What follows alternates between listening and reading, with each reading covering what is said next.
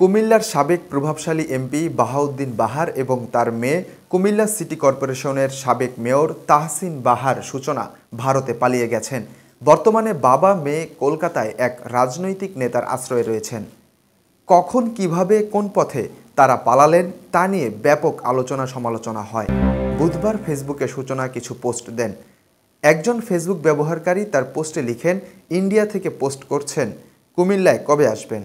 উত্তরে সূচনা জানান, কুমিল্লাতেই তিনি আছেন।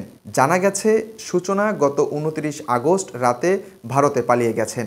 তাকে খুঁজে পাওয়া না গেলেও সরব হয়ে উঠেছেন সামাজিক যোগাযোগ মাধ্যমে। গত 25 সেপ্টেম্বর থেকেই সোশ্যাল মিডিয়ায় ফুঁসে উঠেছেন তিনি। তাকে বিভিন্ন ইস্যুতে ফেসবুক পোস্ট দিতে দেখা যায়। সেই সঙ্গে পোস্টের কমেন্টে গিয়ে পাল্টা আক্রমণও চালিয়ে যাচ্ছেন তিনি, যেখানে অনেক অশ্লীল ভাষায়ও কমেন্টের রিপ্লাই দিতে দেখা যায় তাকে। বুধবার নিহত সেনা সদস্য তানজিম সারোয়ারকে নিয়ে নিজের ভেরিফাইড ফেসবুক পেজে একটি পোস্ট করেন সূচনা। সেই পোস্টে সূচনাকে উদ্দেশ্য করে অনেকে বিভিন্ন রকম নেগেটিভ কমেন্ট করেন।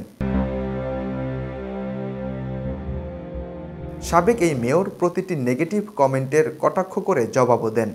পরের দিন সাবেক আইসিটি মন্ত্রী পলক ও উপদেষ্টা নাহিদকে নিয়ে একটি পোস্ট করেন। সেখানেও কমেন্টের রিপ্লাইয়ে কটাক্ষ করে জবাব দেন তিনি। পলক ও নাহিদকে নিয়ে পোস্টে সূচনা লিখেছেন, যুগে যুগে পলকেরা নাহিদ হয়ে ফিরে আসে।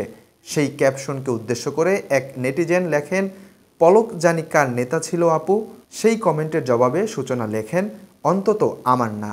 গুজব চলাকালীনও আমি সাইবার সিকিউরিটি নিয়ে ওনার পেজে সরাসরি কমেন্ট করেছি। অতি মেধার যারা এখন 600 টাকার ইলিশ খায় তারাই তখনও আমাকে বুঝে না বুঝে অ্যাটাক করেছিল।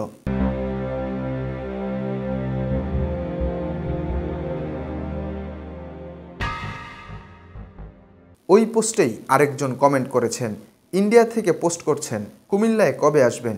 সেই কমেন্টের উত্তরে সূচনা লেখেন, আছি তো কুমিল্লায়, নতুন বাসা গুছাচ্ছি, তোমাদের যেন লুট, চুরি আর আগুন দিতে সুবিধা হয়।